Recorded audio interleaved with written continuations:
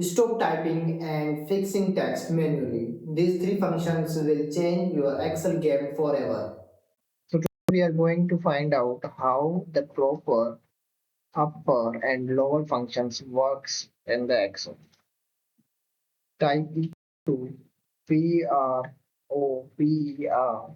tab, then select the complete range and then hit the enter button. So the proper function generally change the first letter of a word to the uppercase or to the capital letter. Here we have the upper function.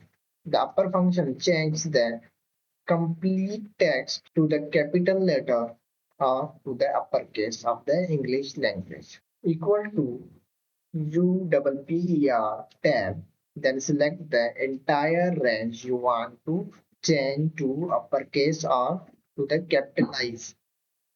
Hit the enter button. This will change the each and every letter to the uppercase or to the capital.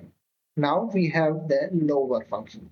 Lower function change the complete text to the lower case.